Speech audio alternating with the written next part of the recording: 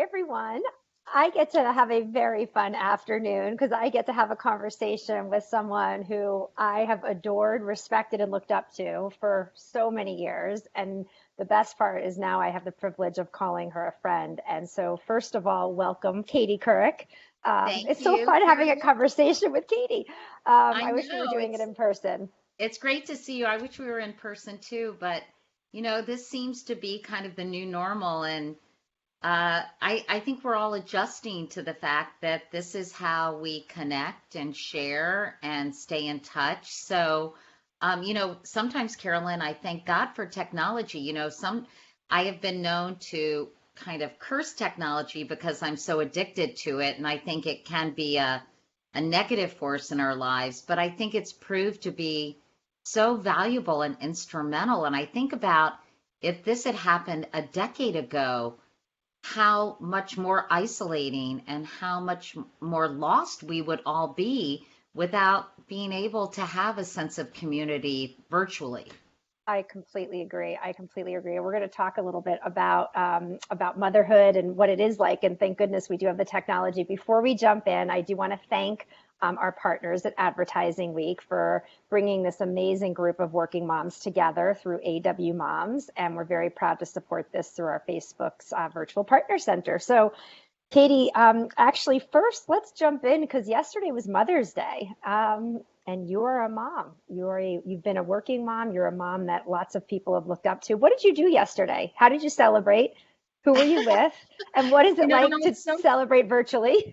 it was actually I one of the nicest Mother's Day since I've became a mom. Gosh, 28 years ago, which is hard to believe. My older daughter Ellie is in Los Angeles. She's working on a Amazon show. She's in the writer's room. I'm enormously proud of her, and while I miss her terribly, being in Los Angeles, there are worse places to be.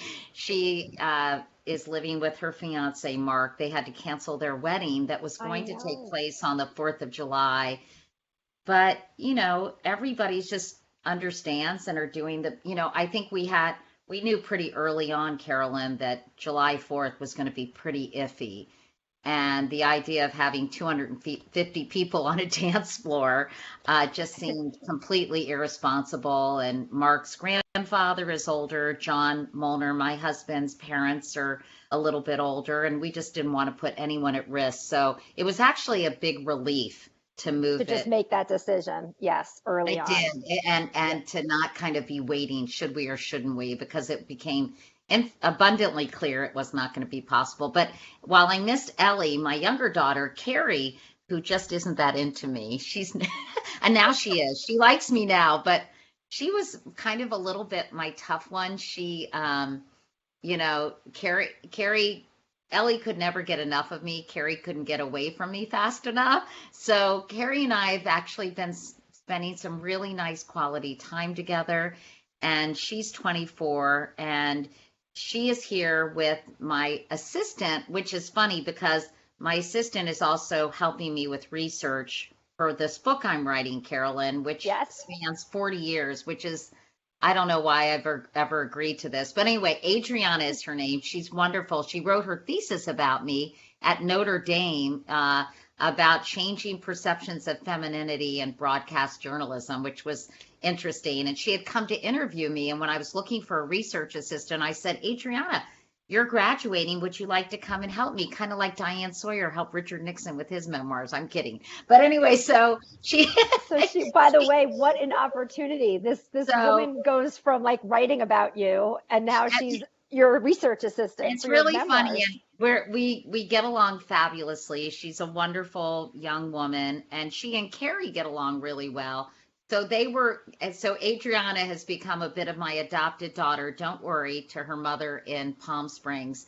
You still have her, but she's been holed up with us here in East Hampton. So they made me breakfast in bed, and Carrie's become quite a chef, Carolyn. She made me an omelet with leeks and dill and tarragon and homemade bread. I mean, she's sort of getting in touch with Wow. her inner Ina. So they made me breakfast, and then they had a little spa day You have to look at my Instagram stories. It is so funny. They set up a whole spa in my bedroom. Meanwhile, Molnar, my husband, is like, what is going on?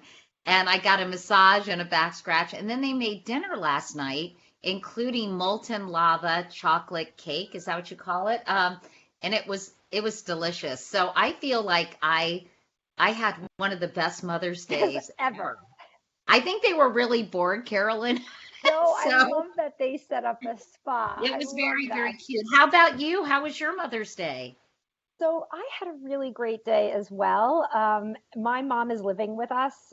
She moved in on March 15th once the Wow. quarantine became clear. And, Kitty, that's had its moments. I'm very happy she's here, but she's really struggling through grief after losing, Yes. her husband, my dad, in December. She's not in a good place. And then the anxiety of the virus has put together what I call as a very bad mixture. And so depression, anxiety, and I never quite know which mom I'm going to have for which Yeah. hour of the day. And so it's been But I'm really so hard. glad I'm so glad she's with you I though. know it's And so much better than being by herself. And I keep saying that, but I think she's really having a hard time with like the total lack of independence and freedom. It's hard for an yeah, older person to process what's going on, right? Like they can't yeah. believe like more than half the world has been shut down.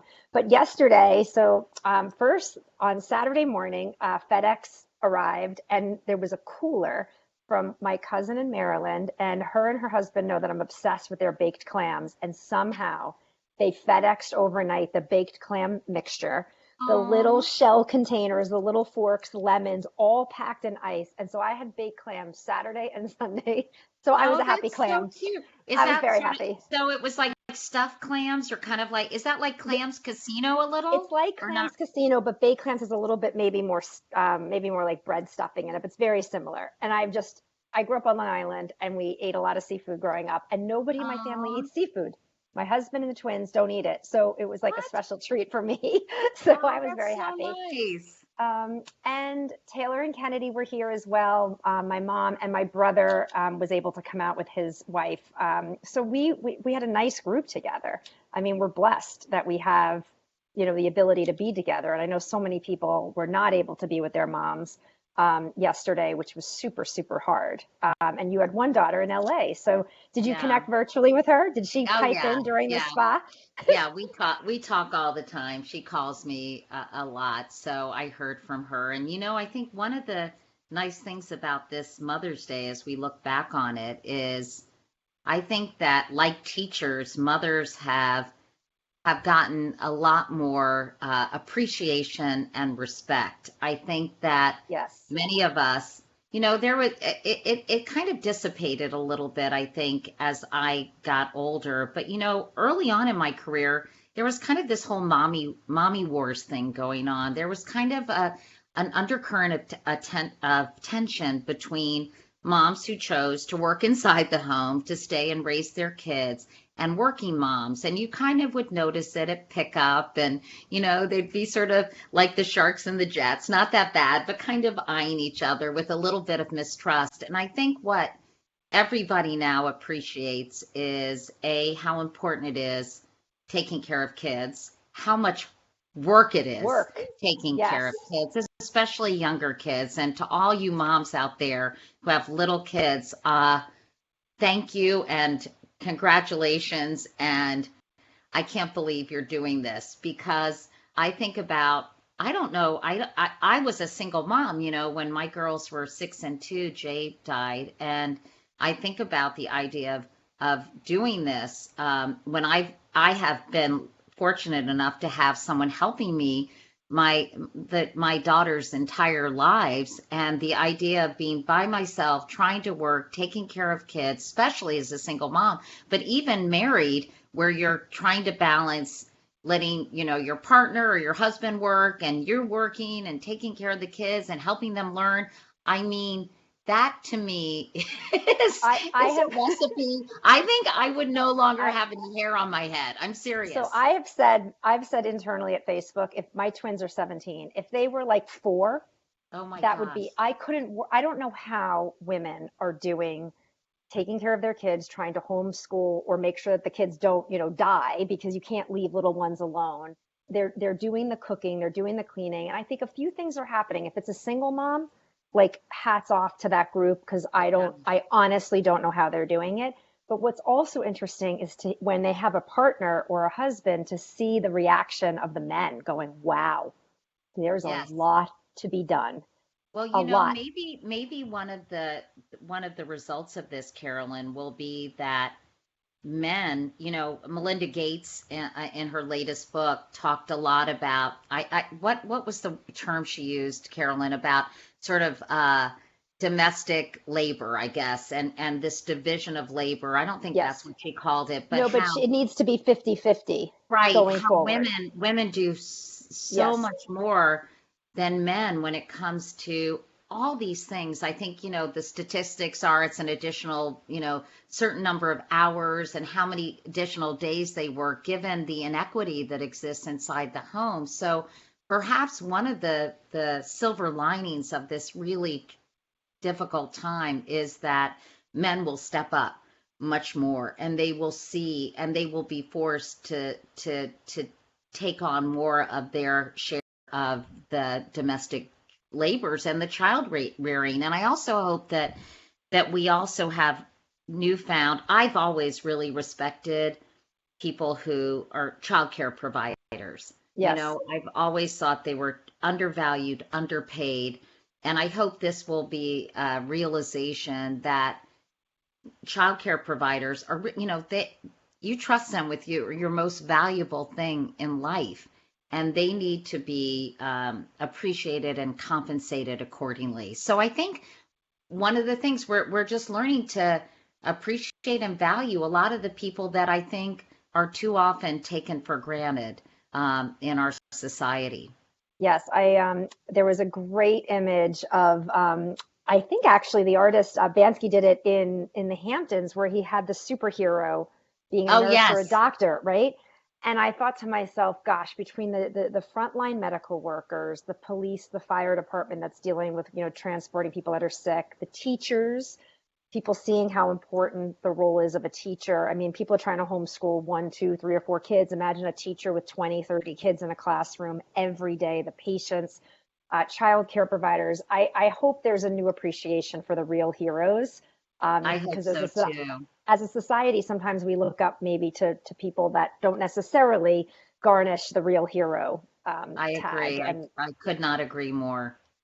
yeah, so I think that'll be one of the silver linings. How, when you think about this new normal that we're in, and you mentioned how important technology is and the ability to connect with our family and friends, um, what do you think? What are you going to take out of this when it starts to open up and we return to whatever the new normal is? What are some of the things that you've said, you know what, I really liked this time in self quarantine. I want to keep this behavior. Is there anything that you're doing that you're like, I want to keep that thought or that feeling or the activity? Well, I think that, sometimes I I'm such a worker bee and I get so much joy and satisfaction out of being productive that I hope that I'll realize that sometimes not trying to like, where am I going to go? Who am I going to be with? Sort of spending time with family and with close friends, which I haven't really been able to spend with, but a little bit out here. I do some socially distance walking with a good friend of mine out here. I think that cooking at home, I've really Yep. enjoyed that, Hmm.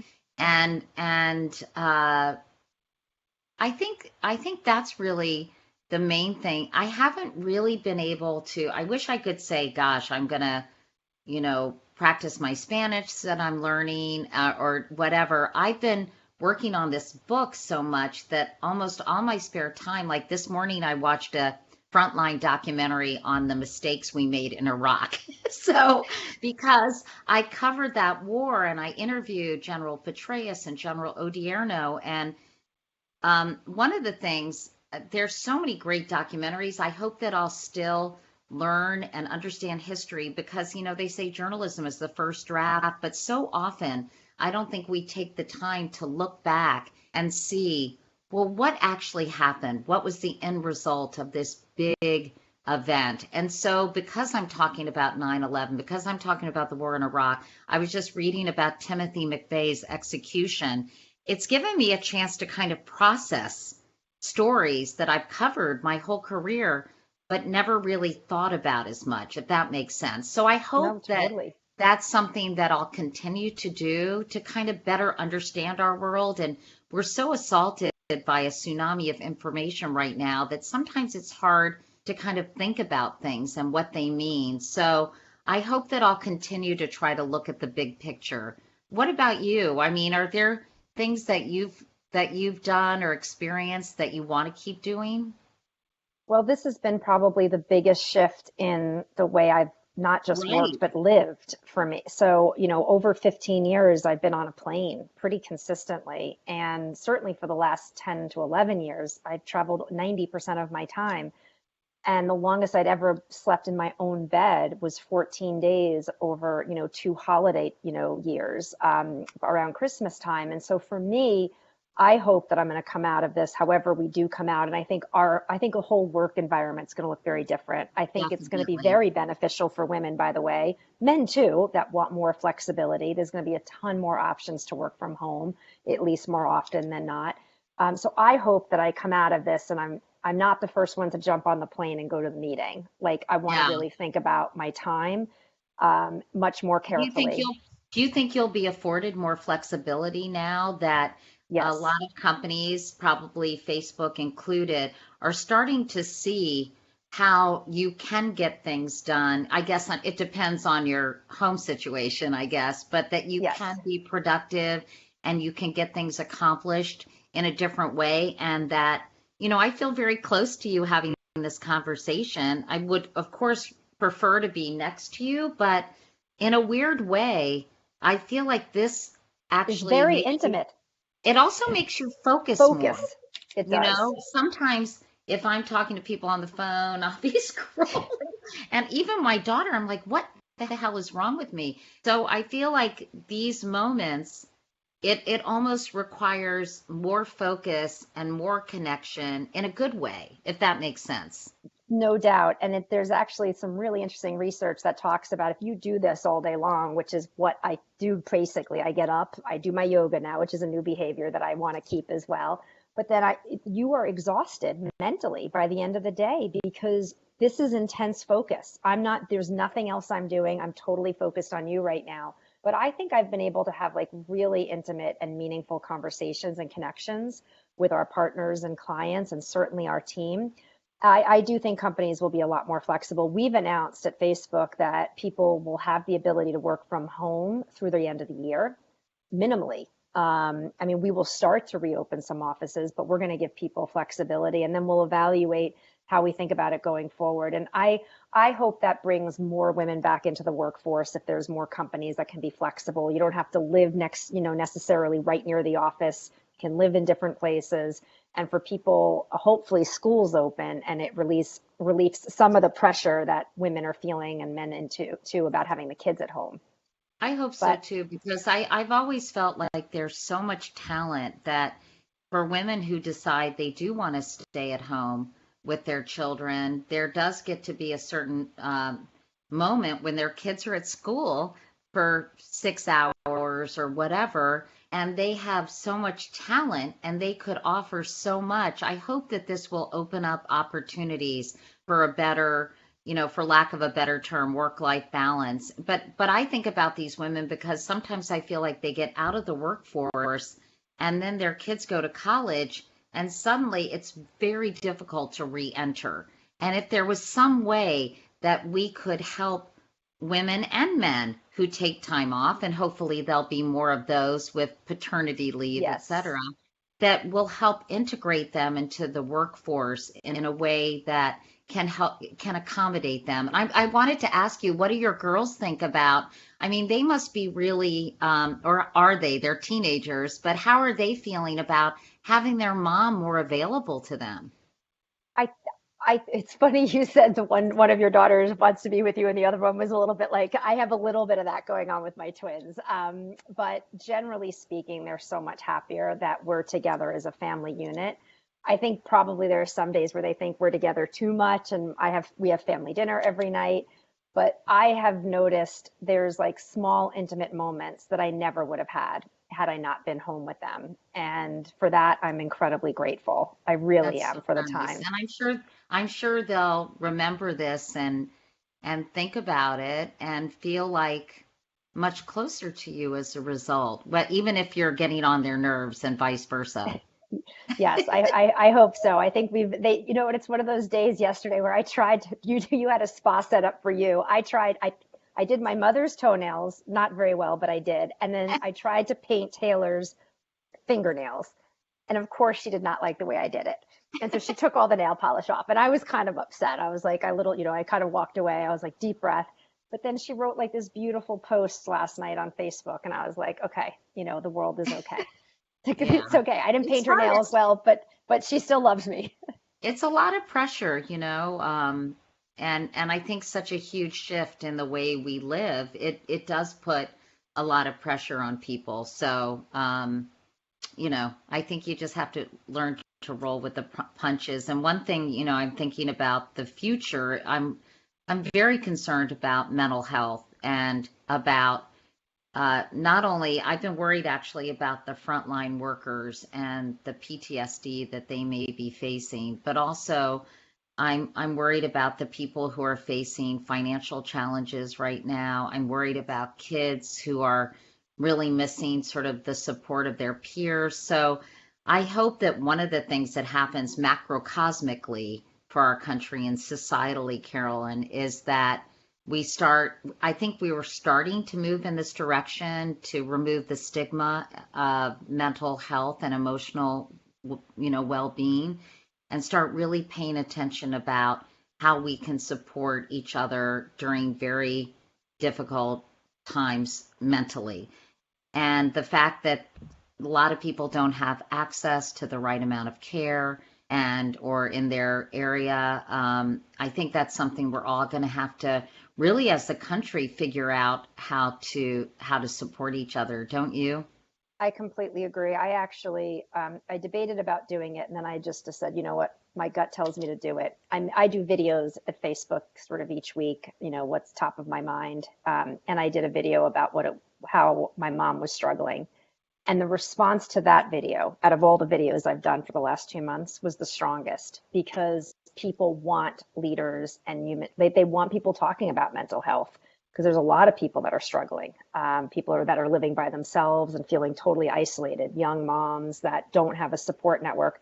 There's women having babies right now that this is not a very normal experience. My No, daughter-in-law is due in August, and this is not what she imagined, for her pregnancy. So I couldn't agree more. And it's actually a really important note to end on. And I know we've probably gone way over, but part of the problem of sorry, putting you on, everyone. no, Sorry, probably the we part of just, putting you and I together is we could probably talk you through yeah, we're wine sorry. and And I dinner. just, I want to say to all the moms watching, first of all, thank you for everything you're doing. I know, please be gentle with yourself. I don't know why, but when I was raising my girls and working so hard and traveling, I knew I wasn't perfect. I knew I was sometimes making mistakes. But I also knew that I was being so fulfilled and that I wanted my girls to be fulfilled in many different ways. So I don't know.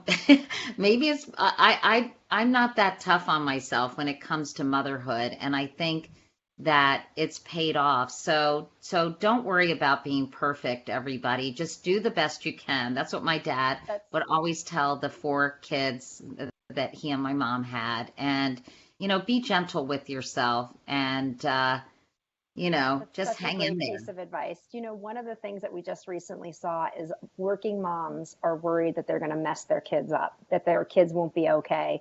And you are a perfect example. You have two thriving daughters. My daughters are 17, and so far they're on track. And the reality is a message for all moms is you can do it. And don't be hard on yourself, but you can have an extraordinary career and be an extraordinary mom. You don't I have to give up. agree. I So agree. thank I you could so not much, agree Katie. more. All right. Happy So Mother's good to Day to see everybody. you. I know it's so great to see you. I hope at some point we can do a virtual social Yeah, distance walk or definitely. something. Hey, Okay. cheers, everybody. It's five Uh, o'clock somewhere. I think it's 5 o'clock almost. I guess it was already 5 o'clock if no, you're wait, watching I this. think they're showing it at 5, so that's perfect. You're totally on brand. Cheers. Okay. Cheers to you. Take care, Bye. Katie. Great to